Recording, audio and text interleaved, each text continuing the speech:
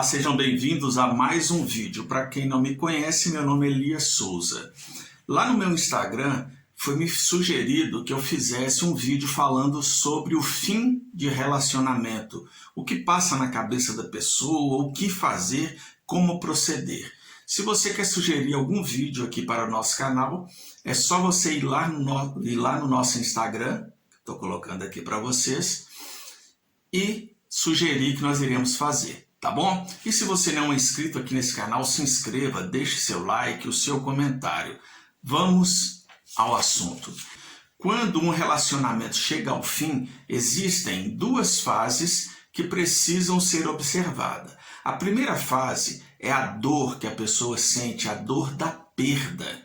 É uma dor muito, mas muito forte.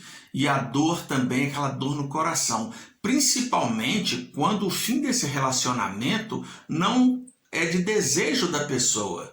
Porque quando você quer que termine, ou você que terminou o relacionamento, às vezes você se sente aliviado. Mas quando alguém chega para você e diz, eu não quero mais, acabou, a dor é muito grande. Ela dilacera o coração.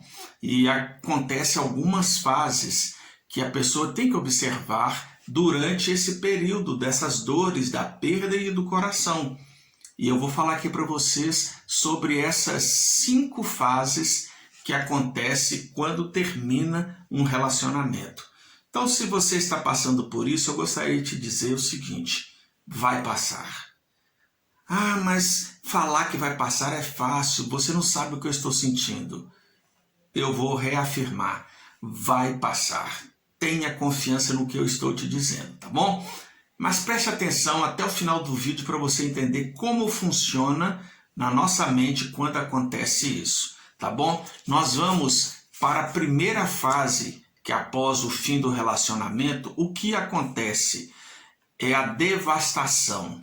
Você não quer fazer mais nada, você não quer comer, você não quer sair, você não quer estar no meio de pessoas, você começa a sentir que está perdendo peso, você começa a ficar totalmente sem chão, vai definhando aos poucos. Essa fase, infelizmente, ela acontece. Mas o que fazer? Eu sei que é difícil, eu sei que você não quer ficar perto de pessoas, mas não fique só. Vai ficar com seus filhos, com seus amigos, com seus irmãos, com seus parentes, mas não fique só. A todo momento que você ficar só, você vai só aumentar essa dor e não vai resolver nada. Então, não fique só. É a primeira dica desta primeira fase, que é a fase da devastação. Você se sente assim como se o mundo tivesse acabado.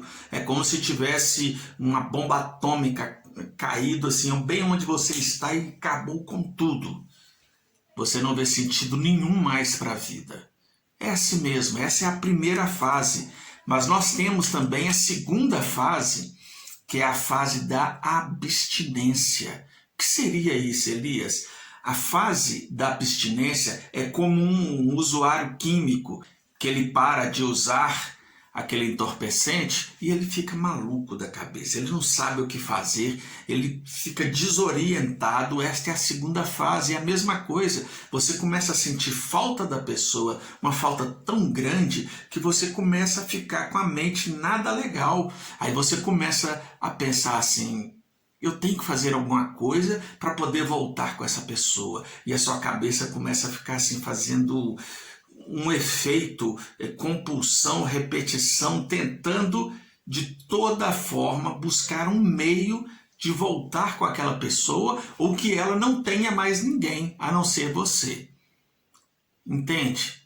Que fase complicada, essa fase da abstinência, ela é muito complicada. As pessoas têm muita dificuldade de passar por essa fase e não começam a raciocinar direito nesses momentos.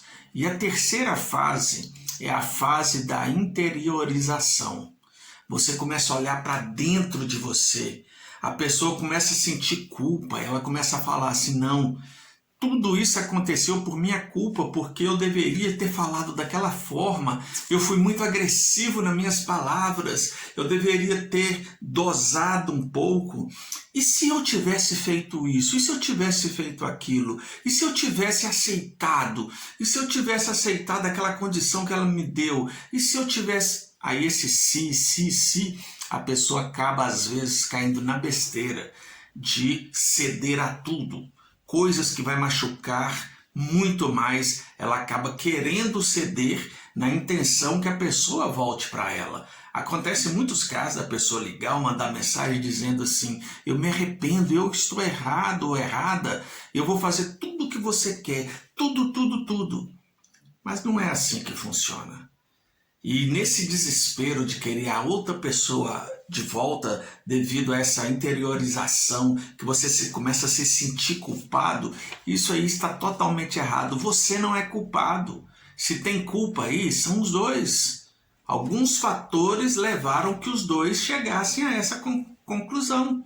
Então não pense assim. E a quarta questão que acontece, essa é muito importante.